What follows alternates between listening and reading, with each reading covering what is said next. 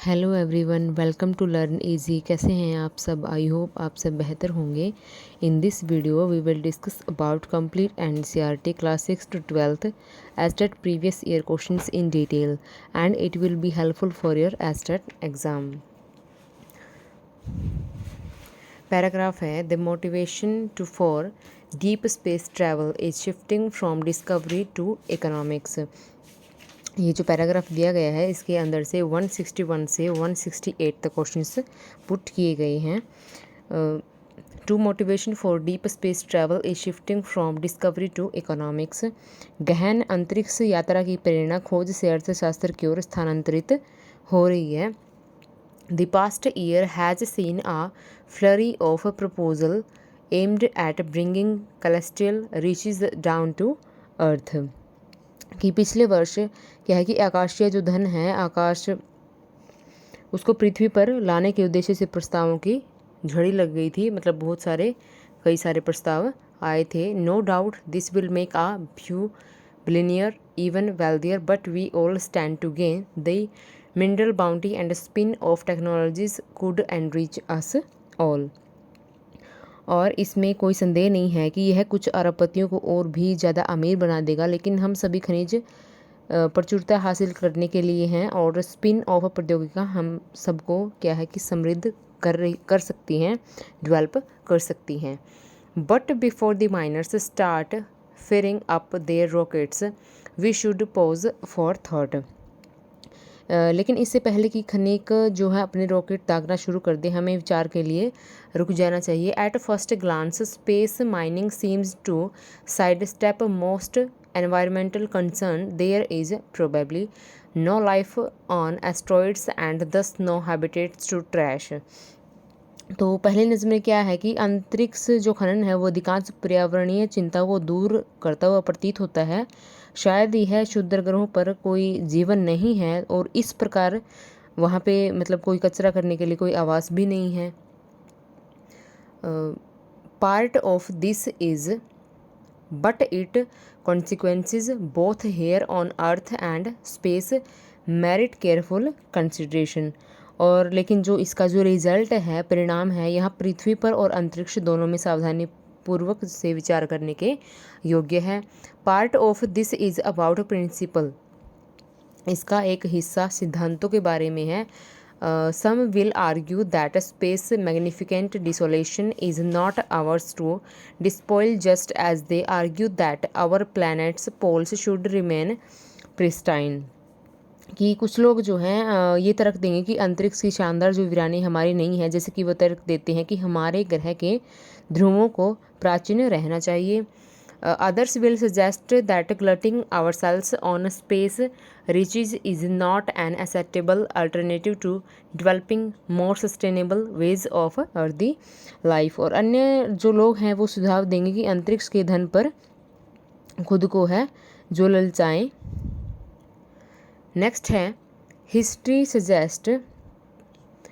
Suggest that those will be hard lines to hold and it may be difficult to persuade the public that such barren environments are worth preserving। तो इसमें क्या है कि सांसारिक जीवन के अधिक टिकाऊ तरीके से विकसित होने का जो स्वीकार्य जो विकल्प है वो नहीं है, यहाँ पे नहीं है। और इतिहास जो है, जो हिस्ट्री है, वो क्या बताता है कि उन्हें जो पकड़ना है कठिन होगा और जनता को ये समझाना भी मुश्किल हो सकता है कि ऐसे बंजर जो वातावरण है वो संरक्षित करने लायक है। After all they exist in vast evidence and even fewer people will experience them than have walked through Antarctica icy landscapes. आखिरकार वे विशाल बहुतायत में मौजूद हैं और अंटार्कटिका के बर्फीले परिदृश्य से गुजरने वाले लोगों की तुलना में बहुत कम लोग जो हैं उन्हें अनुभव करेंगे। There is also emerging of world economy to consider the resources that are valuable in orbit and beyond may be very different to those we prize on अर्थ। तो इसमें क्या है कि जो विचार करने के लिए उभरती हुई ऑफ वर्ल्ड की अर्थव्यवस्था जो है, इकोनॉमी, वो भी है। वे संसाधन जो कक्षा में या फिर उससे आगे मूल्यवान है, वे उन संसाधनों से बहुत भिन्न हो सकते हैं जिन्हें हम पृथ्वी पर पुरस्कार देते हैं। Questions of their stewardship have barely been processed and the relevant legal and regulatory framework is fragmentary to put it mildly। तो उनके नेतृत्व में क्या है कि सवालों पर मुश्किल से चर्चा की गई है और प्रासंगिक कानूनी और नियामक जो ढांचा है वो खंडित है, और इसको हल्के ढंग से रखने के लिए space miners like their earthly counterparts are often reluctant to engage with such questions. One speaker at last week's space mining forum in Sydney, Australia, concluded with a plea that regulation should be avoided. तो Sydney Australia में पिछले हफ्ते के अंतरिक्ष खनन मंच में एक वक्ता ने एक दलील के साथ निष्कर्ष निकाला कि विनिमय से जो है बचा जाना चाहिए। But miners have much to gain from a broad agreement on the for profit exploitation of space without consensus. Claims will be disputed, investments risky, and the gains made insecure. It is in all of our long-term interest to seek one out। कि उन्होंने निष्कर्ष निकाला कि जो विनिमय है उससे बचा जाना चाहिए, लेकिन खनिजों को अंतरिक्ष के लाभकारी दोहन है जो उसको एक व्यापक समझौते से बहुत कुछ हासिल करना है। तो ये एक पैराग्राफ था, इसके अंदर से क्वेश्चंस पुट किए गए हैं। फर्स्ट क्वेश्चन है two of the arguments given against deep space travel and mining are. Option number A है the mineral bounty and spin off technologies could enrich us all. Option number B है there is no life on asteroids and thus no habitats to trash. Option number C है the space magnificent desolation is not ours to despoil. Option number D है glutting ourselves on space riches is not an acceptable alternative to developing more sustainable ways of earthly life.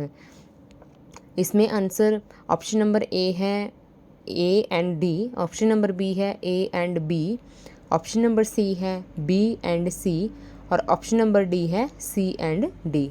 तो इसका जो right answer है वो है option number D glutting. Option number D में कौन कौन से ऑप्शंस हैं? ऑप्शन नंबर सी है और ऑप्शन नंबर डी है। The space magnificent desolation is not ours to despoil, और डी वाला ऑप्शन है glutting ourselves on space riches is not an acceptable alternative to developing more sustainable ways of earthly life। Next question है the word hold in the fourth paragraph most nearly means। कि जो एक word है hold, तो fourth paragraph में वो word दिया गया है, इसमें ये पूछा गया है कि इसके नियरली मीन्स कौन सा है, मतलब इसका लगभग जो सिनोनिम्स है वो इन चार ऑप्शंस में से कौन सा है। ऑप्शन नंबर ए है मेंटेन, ऑप्शन नंबर बी है ग्रिप, ऑप्शन नंबर सी है रेस्ट्रेन, और ऑप्शन नंबर डी है विदस्टैंड। तो इसका जो राइट आंसर है वो है option number A maintain. Next question है what according to the passage has hardly been discussed. कि इस अकॉर्डिंग टू द पैसेज कि पैसेज की अकॉर्डिंग उसके अनुसार हैज़ हार्डली बीन डिस्कस्ड कि बहुत ही मुश्किल से जो डिस्कस किया जाता है, जिस पे विचार विमर्श किया जाता है, वो इसमें कौन सी स्टेटमेंट है। ऑप्शन नंबर ए है questions of the management and regulation of the resources available in space. Option number B है the mineral bounty available in space that would enrich us all. Option number C है that such barren environments are worth preserving, और option number D है that's a lot of people will walk through the space pristine environment. तो इसका जो right answer है वो है option number A questions of management and regulation of the resources available in space. Next question है which of the following is not an antonym of fragmentary. कि इन options में से जो फ्रेगमेंट्री है उसका एंटोनिम कौन सा नहीं है, नॉट पूछा गया है। ऑप्शन नंबर ए है वॉल, ऑप्शन नंबर बी है टोटल, ऑप्शन नंबर सी है अनब्रोकन, और ऑप्शन नंबर डी है पीसमेल। तो इसका जो राइट आंसर है वो है option number D piecemeal. Next question है the main purpose of the last paragraph, कि जो लास्ट पैराग्राफ इसमें दिया गया है उसका मेन पर्पज़ क्या है, उसका मुख्य उद्देश्य क्या है। ऑप्शन नंबर ए है highlight the importance of concordance among space miners. Option number B है avoid regulation in space mining. Option number C है dispute the claims and investments of the space miners. और option number D है focus on the reluctance of the space miners to risk investments in space mining. तो इसका जो right answer है वो है option number A, highlight the importance of concordance among space miners. Next question है which choice provides the best evidence for the answer to the previous questions, कि इसमें क्या है कि कौन सी जो चॉइस है वो प्रोवाइड की गई है बेस्ट एविडेंस एक प्रूफ के रूप में for the answer to the previous question, कि जो पिछला ये क्वेश्चन था उसके उसमें कौन सा जो स्टेटमेंट है इसमें सही होगा प्रूफली एविडेंस के तौर पे। ऑप्शन नंबर ए है space miners like their earthly counter parts are often reluctant to engage with such questions. Option number B है one speaker concluded that regulation should be avoided. Option number C है the resources that are valuable in orbit and beyond may be very different to those we prize on earth. और option number D है without consensus claims will be disputed investments risky and the gains made insecure. तो इसका जो right answer है वो है option number D, without consensus claims will be disputed investments risky and the gains made insecure. Next question है fill in the blank in the given sentence with the appropriate word from the passage। Sentence है she believes that blank of the environment is everyone's responsibility। Options हैं option A है कंसेसिस, option number B है stewardship, option number C है discovery और option number D है mining. तो जो paragraph में एग्जैक्टली सेंटेंस दिया गया है तो इसके अकॉर्डिंग इनमें से कौन सा ऑप्शन राइट होगा। तो इसका जो आंसर है वो है option number B stewardship. Next question है the central claim of the passage is that space mining has positive potential but. Option number A है it will end up encouraging humanity reckless treatment of the environment। Option number B है its effects should be thoughtfully considered before it becomes a reality। ऑप्शन number C है such potential may not include replenishing resources that are disappearing on earth। और option number D है experts disagree about the commercial viability of the discoveries it could yield। तो इसका जो right answer है वो है option number B it effects should be thoughtfully considered before it becomes a reality.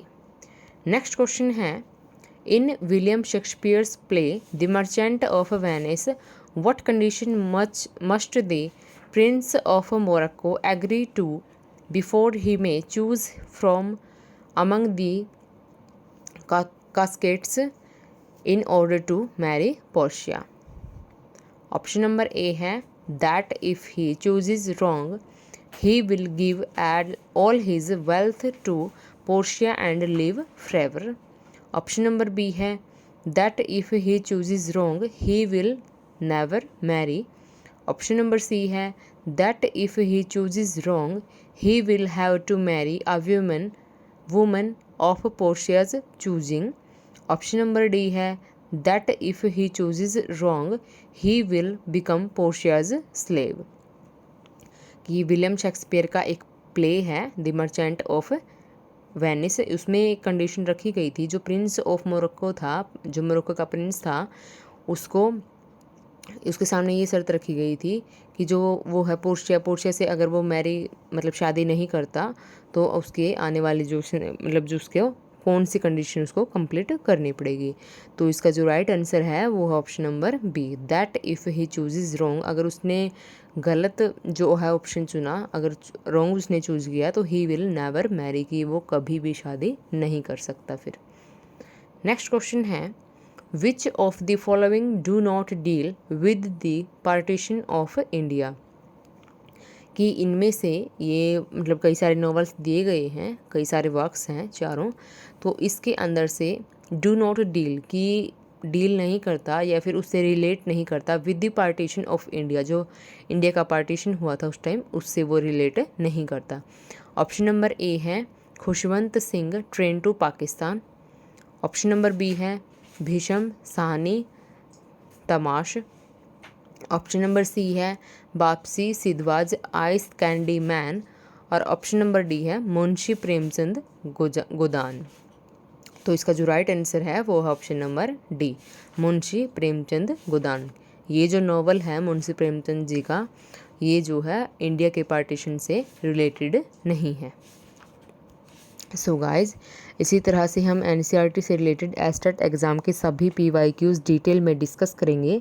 और NCERT class 6 to 12 के short notes की complete PDF मैंने लर्न इजी के टेलीग्राम चैनल में शेयर कर दी है, और एस्टेट पीवाईक्यूज़ की सभी पीडीएफ भी मैं टेलीग्राम चैनल पर डेली शेयर करूँगी, और टेलीग्राम चैनल का लिंक मैं इस वीडियो के नीचे शेयर कर दूँगी, वहाँ से आप लर्न इजी के टेलीग्राम चैनल को ज्वाइन कर सकते हैं।